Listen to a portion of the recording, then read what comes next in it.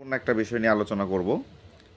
-3,4 বিন্দুটি কোন চতুর্ভাগে অবস্থিত? এটা স্থানীয় সরকার 2018, সড়কের সেতু মন্ত্রণালয় 2017 সালে আসছিল।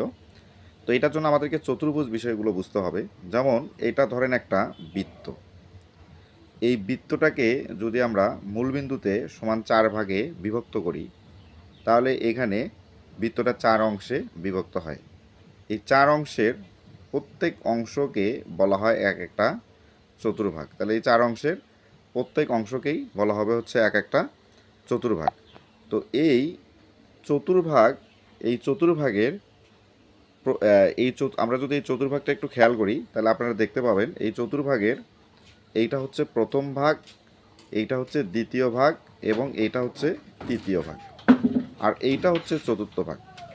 তো এই প্রথম, তারপরে দ্বিতীয়, তৃতীয়, চতুর্থ ভাগের কোন ভাগে এই বিন্দুটা অবস্থিত সেটা আমাদেরকে সেই ভাগটা বের করতে বলছে। তো আমরা জানি যে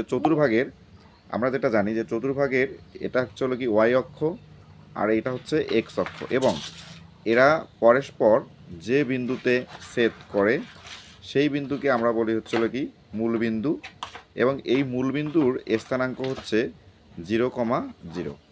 সবসময় এই মূলবিন্দু থেকে হিসাবগুলো করা হয়। মূলবিন্দু থেকে যদি চতুর্ভাগের ডান দিকে যায় সেটা হচ্ছে এক্সের ধনাত্মক দিক, মূলবিন্দু থেকে যদি বাম দিকে যায় সেটা হচ্ছে এক্সের ঋণাত্মক দিক, আবার মূলবিন্দু থেকে যদি উপরের দিকে যায় সেটা হচ্ছে ওয়াইয়ের ধনাত্মক দিক, মূলবিন্দু থেকে যদি নিচের দিকে আসে সেটা হচ্ছে ওয়াইয়ের ঋণাত্মক দিক।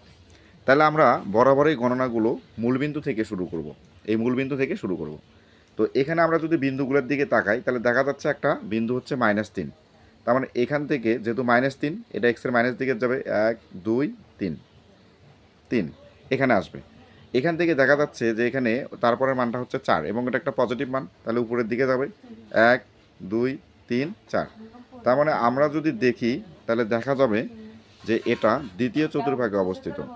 আশা করি সবাই বুঝতে পেরেছেন। ধন্যবাদ সবাই।